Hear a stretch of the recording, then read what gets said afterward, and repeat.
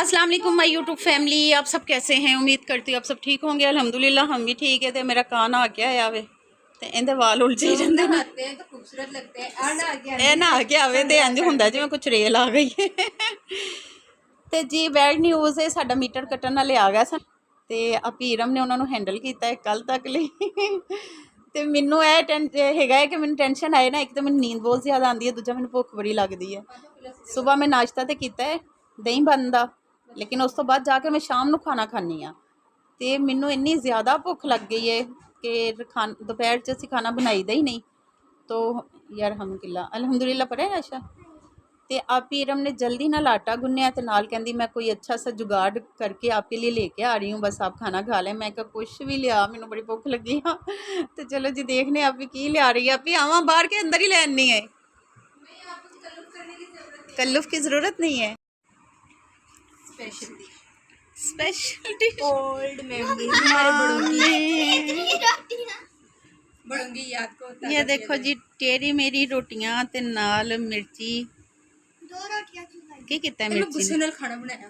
गुस्से नाल बनाया है हाँ तां करके सारियां मिर्चा मैं खानियां ने मम्मी।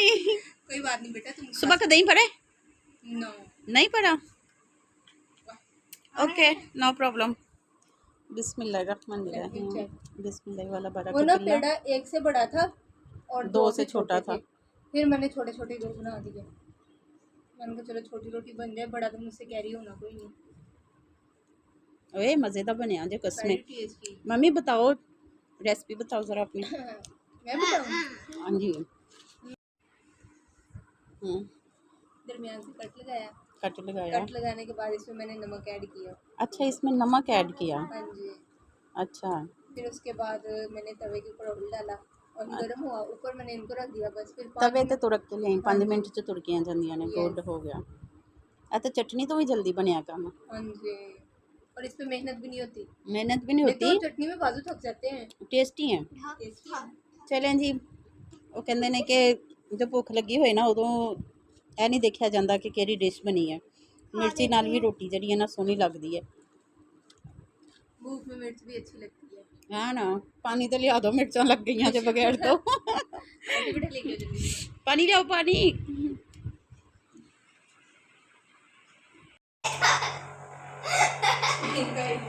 तो जी मोबाइल एड्डी भैड़ी चीज़ है कि किसी की कोई वॉइस आ जाए, एक अद्धी बंदा सुनन बह ही जाता है। तो मैं ऐसे ही बैठी हाँ कि मेरा प्याज सड़ गया, तो कोई मसला नहीं। बच्चे नहीं खाने, तुसी मोबाइल तो दूर रहो। मोबाइल बड़ी भैड़ी चीज़ है, कसम मैं बच्चों भी दूर रखनी हाँ। तो इन्हों की सलाह होंगी असीं माँ नूं दूर रखिए मोबाइल तो ना। इरम कल जो चिकन आया सी ना किसे ना काम दा सी, आपकी बेटी लेके आई? मेरी बेटी लेके आई सी, मेरी बेटे घर खरीदती रहती है। आज तू ले आई है? तू गुआढ़ियां दी बेटी है, हमसाया दी। आज घर का सरबरा ले। ये क्या हो रहा है? केरे पैर धुपदे पे नहीं ना, मेरे भी धुपदे पे नाल ही।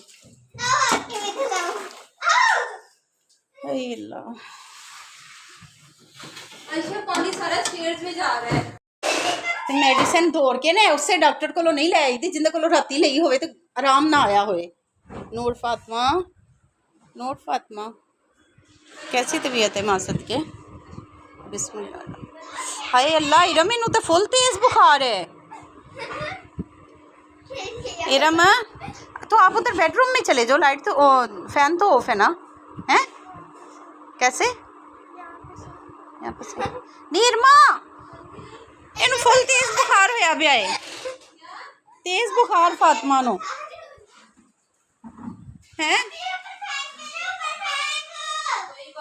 उदो फीवर सी जो किता ही डॉक्टर को लैके गई, उदो फीवर नहीं सी ते जो राती आप ही मैं दवाई लैके आई हाँ उस डॉक्टर को आराम नहीं आया। तो तू मैनू तो पुछ, मैनू तो दस के मोबाइल तो तू लैके गई सी, मैनू तो फोन कर दी तो डॉक्टर के फोन ते फोन कर लेना सी। कोई नहीं, गर्मी का बुखार है हो जाएगी। अच्छा बिल्कुल पागल लग रही हो आप।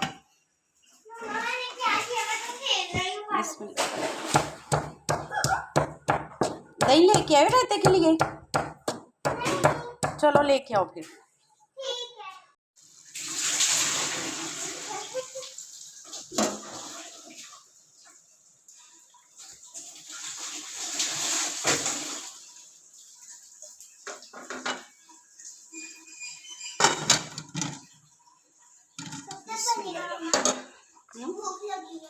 बस दम रख दिया ना, जल्दी बन जाएगा 10 मिनट तक।